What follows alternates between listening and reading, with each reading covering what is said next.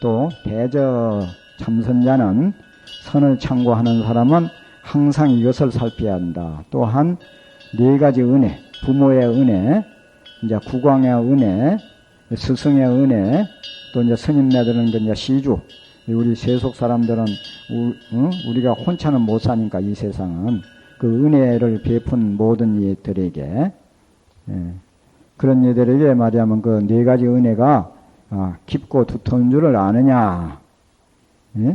또한 이 4대 출신이 이 4대의 지수화풍 4대로 이룩된 이 말하면 추한 몸이 생각이 자꾸 새서 썩어가는 줄 알고 있느냐. 우리가 하루 산 거나 하루 죽은 거 마찬가지라고 그래요. 그런 것을 아느냐. 또한 사람의 목숨이 호흡하는 사이에 있는 줄 아느냐. 지금 살아있지만은 수만 번 들이쉬다가 내쉬지 못하든지 내쉬다가 들이쉬지 못하면 내상이라 이 말이에요. 꼴깍 하면 내상이라 이 말이에요. 호흡하는 사이에 있는 줄 아느냐. 생내 우리가 태어나가지고 부처님이나 조사를 만났느냐, 대선지식을 만났느냐 이 말이에요. 및 무상법을 듣고 최상의 법문을 듣고서 시와한 생각 그런 마음을 갖다 낸 적이 있느냐. 자기 이제 공부하는 자리 성당을 떠나지 않고 절개를 지키느냐. 또 공부할 적에 옆자리 사람들하고 잡담을 하지는 않느냐. 그러면 안 된다 이 말이에요. 아예 시비를 갖다가 선동하지 말고 시비를 선동하지는 말아야 한다 이 말이야. 절기. 이게 시비를 갖다 선동하지는 않았느냐 이 말이야.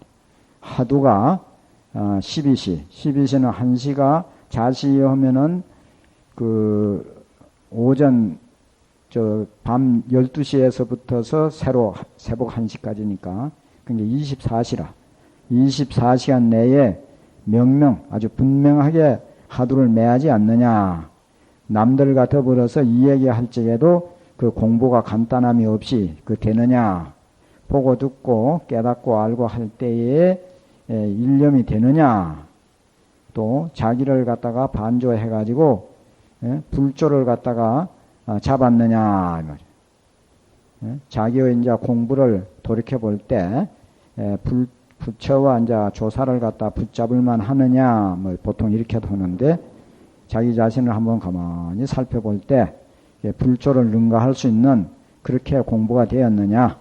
금생에 결정코 부처님 해명을 이을 수 있겠느냐. 앉고 일어나고 앉고 할 때 그 편리할 때에 편안할 때 지옥고를 생각해 봤느냐. 이 한 보신이 한 번 받은 이 몸이 결정코 윤회를 면할 수 있느냐. 아버지 어머니가 낳아준 이 몸으로서 견성오도해갖고 생사윤회를 벗어날 수 있겠느냐. 팔풍경계. 팔풍은 이제 그 8가지인데 자기에게 이롭고 자기가 세워지는 거, 자기 이제 또 헐뜯는 거, 자기를 칭찬하는 거, 자기를 갖다가 뭐 칭찬해 주는 거, 기롱하는 거, 또 즐거운 거, 괴로운 거 이런 게 팔풍인데 그걸 이제 따지면 내 마음에 드는 거, 내 마음에 거슬리는 거, 그렇게 2가지로 나눌 수 있어요. 팔풍의 경계를 당해가지고 마음이 동요되지 않느냐. 이러한 것은 참선하는 사람이 일용에 그 일상생활에 있어서 점검하는 도리니 옛사람이 말하기를 이 몸뚱이를 금생을 행해서 몸뚱이를 금생을 행해 제도하지 못하면은 다시 어느 생을 행해서 이 몸을 제도할 수 있을까라고 했다. 그래서 금생에 될 수 있으면 이 몸을 갖다가 제도를 해야지 다음 생에는 그 어떻게 될 줄을 알 수 없다는 게. 어떻든지 금생에 일을 해마쳐야 된다 이 말이에요.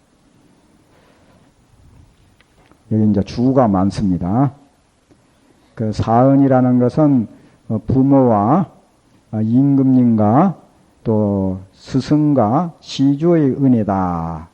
또 4가지의 추한 몸이라는 것은 아버지의 정수 한 방울과 어머님의 피 한 방울이니 수대의 축축한 것이고 이제 지수화풍 4대로 따질 때 정수는 뼈가 되고 아버지의 정수는 뼈가 되고 어머니의 피는 가죽이 된다는 것은 이제 시대 흙의 그 견고한 것이고 정과 해의 그 한무대기가 썩지도 않고 묵해지지 않는 것은 하대의 따뜻한 것이고, 사람이 생길 때에 그 불경에 보면 코가 먼춤 생긴다고 그래. 콧구멍이 먼춤 뚫힌다고. 그러니까 콧구멍이 먼춤 이루어져 가지고 출입의 숨 들이쉬고 내쉬고 하는 것을 통하는 것은 풍대의 동하는 것이다. 아란이 말하기를 욕기는 그 음욕의 그 기운, 그것은 추하고 탁해 가지고 비린내가 나고 누른내 나는 것이 엉킨 것이라고, 뒤엉킨 것이라고 하였으니, 이것은 말하자면 추한 그 몸이 추하기 때문이다. 추한 몸이기 때문이다. 생각에 이 몸이 자꾸 아주 썩어가는 것은 투상 저 우리 머리 위에 세월이 찰나에도 머무르지 않고 자꾸 흘러가서인 것이니, 면목 얼굴이 자꾸 쭈그러지고 머리카락이 저절로 씌어지는 것이다. 그러니까 여운 저기에서 말을 능계에 말하기를 지금 이미 옛과 같지 아니한지라 마땅히 말이야만. 그래서 이제 그 파사이광하고 부처님하고 이제 문답하는 데서 그 파사이광이 이 몸뚱이가 자꾸 이리 늙어가니 죽고 나면 어떻게 되냐고, 진짜 없어지냐고 하니까 그 부처님이 그대가 아직 죽어보질 않았는데 어떻게 죽은 것을 갖다 그리 아냐고. 그러니까 이렇게 자꾸 늙어가다 보면은 난 이제 결국 안 죽겠느냐고, 이제 그런 그 능경에 그 부르나짱인가 그렇게 나옵니다. 후당 뒤에 마땅히 지금과 같지 아니할 것이니, 이것은 말이야 무상의 그 체인 것이다. 무상한 몸이다. 그러나 무상의 기운, 그러니 무상의 그 기신이 죽이는 것으로 갖고 희롱을 삼아. 그런 게 실로 생각에 두렵다. 호하는 거, 호흡은 내쉬는 이제 숨의 불이고, 빨아들인 흡이라고 하는 것은 들이쉬는 숨의 바람이니, 인명이 말하면 이 호흡에 기딱한 것이 다만, 사람의 목숨 붙어 있는 것이 다만 이 출입식에 들이쉬고 내쉬고는 숨에 말하면 있는 것이다. 팔풍이라는 것은 내 마음에 맞는 경계, 내 마음에 거슬리는 그 두 가지 경계고, 지옥고라고 하는 것은 인간의 육식겁이, 인간 세상에 있어서 육식겁이 지옥의 일주야라는 게요. 그러니까 아주 무한히 고통을 받는다 이 말이죠. 그래서 그거 가면 펄펄 끓는 가마, 또 그 용광로 같은 그 숯, 또 금수, 칼날이 막 뻗쭉뻗쭉한 산 나무처럼 된 그런 지옥, 또 도상 칼산 지옥, 이런 고통을 갖다가 입으로 형해내서 말할 수가 없다. 인신난득이 사람 몸 그 얻기 어려운 것이 해중 바닥 가운데에서 그 바늘을 갖다가 찾는 것보다 더 어렵다는 게. 그러니까 여기에서 그 불쌍히 여겨가지고 이런 것을 생각할 때 너무 불쌍하기 때문에 여기에서 이제 이런 말들을 들어서 경책을 하노라 이렇게 했습니다. 예, 평을 하기를 서선대사가 이에 법어들은 마치 사람이 물을 마실 적에 차고 더운 것을 스스로 아는 것과 같다. 총명이 아무리 총명해도 그 업은 생사의 업을 갖다가 당해낼 수는 없다. 자기 업을.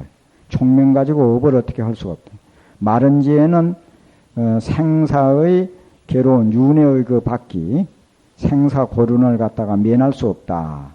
마른 지혜라는 것은 선정이 없이 그냥 그만 지식으로만 무엇을 갖다가 잘 이해하는 것, 이런 것을 갖다가 건이라고 그래요. 예를 들면 경전 같은 것이 경전에 의지해서 수행을 해서 실제로 자기의 경지에 들어간 것이 아니고 그냥 말로 누구한테 들어서 배우고 책을 봐서 익힌 그런 지식들, 그것은 생사의 업을 면할 수가 없다는 겁니다. 그게 마른 지혜라고 그래요. 마른 지혜는 그 고륜, 생사고의 윤회를 갖다가 면할 수 없는 것이니만 각각 모름지기 잘 아주 경체가 경념, 찰념 살펴서 생각해가지고 자만하지 말지어다. 그러니까 너무 들은 소리, 그 경전의 소리, 불조의 소리를 갖고 자기의 그 공부의 경계를 삼아서는 안 된다 하는 거. 이제 한 대목 더 드렸습니다. 학어집에는 그래서 이제 말을 배우는 무리들은 이 얘기할 때는 깨친 것 같으나 이 말이에요. 그러니까 실참시로가 실로 참고하고 실로 깨친 것 없이 이제 경률론 3장이나 조사어록에서 또 철학서적이나 또 이런 성인의 서적에서 그 학습한 지식 그런 그 지식을 가지고 이 얘기할 때는 도를 이룬 아주 성인 같으나 어떤 경계를 당해서는 그만 깜깜해서 미해버린다. 이 말이에요. 하나니 이른 바 언가 말과 행위 서로 어기는 것이다. 이것은 그 이해 자만지 스스로 자만해서는 안 된다 하는 것을 결론 지은 것이다. 말과 행위 서로 말하자면 어기니까 허실을 헛되고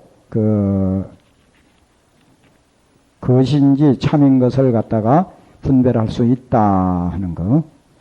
이제 조금 시간이 남았는데 그 관아선의 시창자 그 송나라 때 대해 종고선사 그 선사의 도겸이라고 하는 그 상자가 있었는데 그 상자를 그 송나라 때 이제 진국태 부인이라는 분이 자기 이제 자기 이제 그 내정에다가 자기 이제 안집으로 이제 초청을 한 기라. 그래가지고 그 국태 부인이 이제 거기에 대해서 물었어요. 근데 국태 부인이라는 분은 자기 아들이 정성도 있고 또 그 뭐 아들 둘을 뒀는데 다 사회적으로 아주 저명 인사가 되고 이렇게 했는데 그 20에 그 혼차됐다고 그래요. 남편이 돌아가셔가지고 혼자 사는데 그저 늘 경을 불경 있고 아침 저녁으로 집에서 부처님 모셔놓고 예불 하고 그걸 조금도 그런 적 없고 40년 동안을 그렇게 했대. 그러니까 한 60살 넘은 댕기지. 그래서 자기 이제 그 아들이 아들은 대스님을 만나가지고 도를 이루었다는 기라. 자기 어머니 하고 있는 거 보니까 참 그 안 돼서 도겸 스님을 초청을 해가지고 우리 어머니 공부를 좀 지도해 주라고. 그래서 이제 그래 그 국태 부인이 이제 묻는 기라. 그 초청해갖고 묻기를 경산화상이 대스님을 갖다가 대스님이 경산에 오래 살았다고 경산화상이라고 그래. 경산화상이 어떻게 사람들에게 도를 가르칩니까? 이러니까 그 이제 도겸 스님이 우리 그 큰 스님께서는 다만 사람들에게 묻자 하도만 가르치십니다. 묻자 하도만 들게 하는데 이렇게도 하지도 말고 저렇게도 하지도 말고 그저 묻자만 참고하라고 그렇게 가르치십니다. 하니까 국태 부인이 이제 그때부터서 묻자 하도록 하는 기라. 하는데 여전히 아침 되면 아침 저녁으로 예불 모시고 또 경도 있고 그러더라. 그래서 이제 도겸 스님이 이제 그걸 보고 우리 스님께서는 그 하두를 할 때는 그렇게 하지 말고 예불하고 강경하는 거 이걸 갖다가 일단 다 폐하고 나서 묻자 하두를 깨치고 난 다음에 그 보면은 경을 보고 예불하는 것이 다 진여의 묘용이 되지만은 공부하는 기간에서는 그것이 다 방해가 된다고 강경예불도 하지 말고 오직 묻자만 들라고 하십디다 이러니까 또 그 스님 말 들어가지고 그냥 그렇게 그만 이제 예불하는 것도 강경하는 것도 다 철폐하고 오직 묻자만 자 들다가 어느 날 밤에 잠자다가 꿈에서 그만 놀래서 그만 막 헛소리를 막 하더니 그만 그 척 깨치버렸대. 꿈에서 깨어나가지고. 그러고 이제 그 시를 지었어. 시를 뭐라고 지었는 거에는, 잠에, 이제 꿈에 그 날아가는 난조라고 하는 뭐 큰 새가 있는 뭐냐, 새. 그걸 타고서 저 푸른 하늘에 올라갔어. 올라가서 이제 그 내려다보니까 우리가 비행기 타고 이 세상을 내려다보면 뭐 좀 그래 안 해 보여. 자기 몸과 이 세상이 하나의 울막과 같은 줄, 초막, 오두막, 집, 여간집 같은 줄을 갖다가 이제 조그마한 여간집 같은 줄을 알았다. 예? 그래 이제 그렇게 알았다는 게. 그래서 동네에는 한 단의 그 꿈 얘기를 예? 내가 그거 별로 알았더니 잘못 알고 있었더니만은 이제 오늘날에서 비로소 그걸 알았다는 거예요. 그래서 그 꿈에서 말하자면 저 깨고 보니까 봄비가 말하자면 촉촉하니 내렸다 뭐 이런 말이 있어요. 그러니까 기대에 종전에 말하자면 한단에 그 이야기를 잘못 알았더니만은 산조일성에 산새 한 울음에 봄비가 촉촉하니 내렸더라. 그래서 잠자다가 새 우는 소리에 그만 척 깼다 이 말이에요. 꿈꾸다가 잠자가지고 뭐 그 난조 타고 저 막 위에 올라가고 이렇게 하다가 새가 이제 그 우는 소리에 이제 척 깼지. 그러고 나서 역시 막 도를 갖다 이루었다는. 그러고 나서 또 그 글진 것이 매일 말이야면 경문을 갖다가 보니까 마치 옛 사람을 만난 것과 같다. 자주 말하자면 그 어떤 맥힘이 있다고 말하지 말아라. 뭘 하나를 처음 문제를 들어서 가만히 살펴보면 또 한 번 새롭고 그만 1700공안이 그만 환원이 막 깨뚫어진다는 게. 그래서 이 소리를 듣고 대스님이 편지를 또 국태 부인에게 했어요. 내가 그 부인께서 보낸 개송이나 이런 걸 보고 실제로 이 연세가 많은 분이 또 그 참선한 지도 얼마 되지도 않았는데 이런 경지에 갔을까 하고 의심을 했더니만은 도겸상자가 와서 묻고 나서 비로소 아주 그렇게 확실히 아주 깨친 거 그걸 알았다고. 그걸 갖다가 아주 내가 참으로 그렇게 깨친 것을 축하한다고. 그런데 한 가지 주의해야 될 것은 그 혼자만 그런 깨달음의 경지에 빠져 있으면은 그 존기, 높을 존자 기할 기자, 도를 너무 존기하는 그런 개인기에 빠지니까 자비심을 일으켜서 어떻든지 중생교화하는 데 힘을 써야 합니다 하고 그것도 그 편지를 보냈어요. 그래서 우리가 이렇게 이제 경을 보는 거 참 그 예불 하는 거 수행하는 거 여러 가지 또 사회 사업하는 것도 좋지만은 일단 그 지혜의 눈을 한번 뜨고 나서 그렇게 하면은 그게 이제 더 좋다는 게. 왜냐 할 것 같으면은 지금은 이제 깜깜한 봉사가 마구 어떻게 걷고 뭐 일을 하는 것 같고 지혜의 눈을 한번 척 뜨고 나면은 그 지혜 강명 속에서 모든 그 일을 한다고 하면은 그 얼마나 좋겠어요. 그래서 여기 이제 가나선에서는 어떻든지 이렇게 해도 저렇게 해도 일체 생각을 다 버리고 오직 일념으로 가나오나 앉으나 누나 잠을 자나 꿈속에서까지도 또 이제 자꾸 일념으로 해나가다가 그러다 보면 오매 일념, 잠을 자거나 깨나 그것도 일념이 돼가지고 일념 그렇게 된 것을 갖다가 무심경이라고 합니다. 그게 이제 무심경, 막도 무심, 운시도 하라 그래. 무심을 도라고 말하지 말아라. 무심도 유격일중간이라 무심도 아직 한꺼풀 남아있다는 게. 거기에 경계에서 심기일전, 마음기틀을 하면서 변해서 척 깨치면은 비로소 이제 껄껄하니 웃는다는 겨. 왜 웃는 거에는 정신없는 그 아줌마가 밥을 지어놓고 밥 풀라고 주걱을 찾으니까 주걱이 없어. 한참 찾다 보니까 자기 손에 쥐어 있거든. 그러니까 열없는 거 아니야. 그러니까 껄껄 웃는다는 빈것이. 또 정신없는 할머니가 손자를 얻고 손자 잊어버렸다고 한참 찾다 보니까 뭐 덩어리가 묵직해서 보니까 애가 쌕쌕 짜고 있는 기라. 그 어디 그 찾았다고 할 수 있어요? 그러니까 뭐 자기가 빙긋이 웃고 많다는. 그래서 보통 보면 깨치고 나서 뭐 일손이 한 번 웃었느니 뭐 이런 식으로 표현하는 게. 그러니까 저번에 그 말씀드린 기우갱매고 소를 타고서 다시 소를 찾았다는 거 그런 것을 비로소 이제 알게 된다. 우리가 깨쳤다 해가지고 어디 딴 것을 깨치는 게 아니고 본래 자기가 가지고 있는 것을 이제 재차 확인하는 게. 예? 그런 게 이제 일념으로 이런 이 얘기만 들어서 뭐 그러니까 실제로 이후부터서 이제 한번 참고해봐요. 도대체 이 무엇인고 하고 오늘은 이것으로서 마치겠습니다.